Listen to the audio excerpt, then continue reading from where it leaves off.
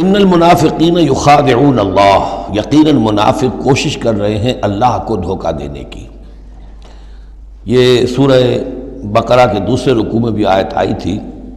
میں نے عرض کیا تھا کہ مخادعہ باب مفعلہ میں کسی شے کی کوشش ہوتی ہے، اس لیے کہ سامنے مقابلہ ہوتا ہے، پتہ نہیں ہوتا کون جیتے گا کون ہارے گا، لیکن یہاں اللہ کی طرف سے وَهُوَ خَادِعُهُمْ، اور یہ خادع جو ہے یہ ثلاثی مجرد سے اس میں فاعل ہے، اور یہ آتا ہے نہایت زوردار تاکید کے لیے، اللہ ان کو دھوکہ دے کر رہے گا، یعنی یہ کہ اللہ نے ان کو جو ڈھیل دی ہوئی ہے وہ سمجھ رہے کہ ہم کامیاب ہو رہے ہیں، ہمارے اوپر ابھی تک کوئی آنچ نہیں آئی، کوئی پکڑ نہیں ہوئی، کوئی گرفت نہیں ہوئی، ہم دونوں طرف سے بچے ہوئے ہیں۔ اس حوالے سے وہ اپنی اس ڈھیل کی وجہ سے بڑھتے چلے جا رہے ہیں، بڑھتے چلے جا رہے ہیں، بڑھتے چلے جا رہے ہیں، اور یہی در حقیقت اللہ کی طرف سے گویا کہ ان کو دھوکہ ہے جو دیا جا رہا ہے، کہ وہ سمجھ رہے ہیں کہ ہم کامیاب ہیں۔ وَإِذَا قَامُوا إِلَى الصَّلَاةِ قَامُوا كُسَالَىٰ، اور جب وہ کھڑے ہوتے ہیں نماز کے لیے، یہ نماز کی طرف تو کھڑے ہوتے ہیں بڑے کسل مندی کے ساتھ۔ یہاں ذرا نوٹ کر لیجئے کہ قامہ جو ہے، قامہ یقوم، یہ آتا ہے کھڑے ہونے کے لیے، قائم اس سے اس میں فاعل ہے، لیکن جیسے انگریزی زبان میں آپ کو معلوم ہے کہ ورب کے بعد پریپوزیشنز کی تبدیلی سے بڑے بڑے مفہوم بدل جاتے ہیں۔ انگریزی میں ٹو گیو ایک خاص مصدر ہے، ٹو گیو اپ، اب زمین و آسمان کا فرق ہو گیا، ٹو گیو ان بالکل ہی الٹی بات ہو گئی۔ عربی میں اتنا فرق نہیں ہوتا، لیکن پھر بھی ظاہر بات ہے کہ جو پریپوزیشنز چینج ہوتی ہیں تو فرق پڑتا ہے،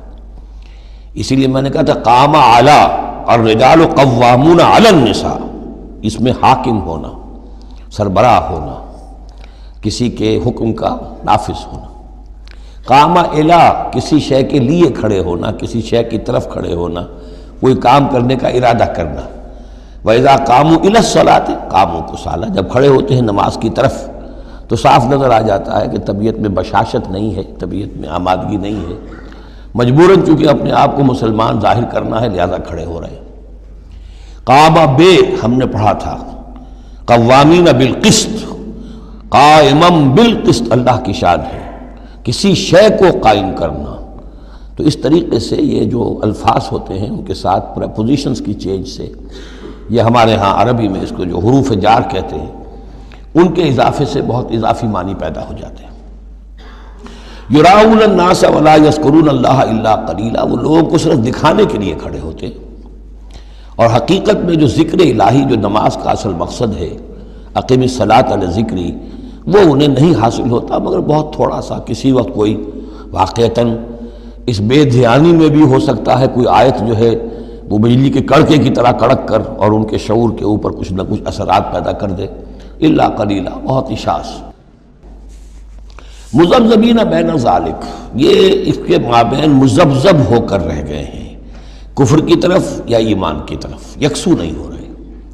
اس لیے بار بار حضرت ابراہیم کے ساتھ اور حضرت ابراہیم کے تذکرے کے ساتھ حنیف کا لفظ آتا ہے، یکسو ہو جاؤ۔ دنیا میں کفر پر بھی انسان یکسو ہو تو کم سے کم دنیا بن جائے گی اس کی، لیکن یہ کہ اصل میں اگر دنیا اور آخرت دونوں بنانے ہیں تو پھر ایمان کے ساتھ یکسو ہونا ضروری ہے، لیکن جو بیچ میں رہیں گے ادھر کے نہ ادھر کے، تو ان کے لیے تو خسرت دنیا والآخرہ، ان کے لیے دنیا اور آخرت دونوں کا گھاٹا اور نقصان ہے۔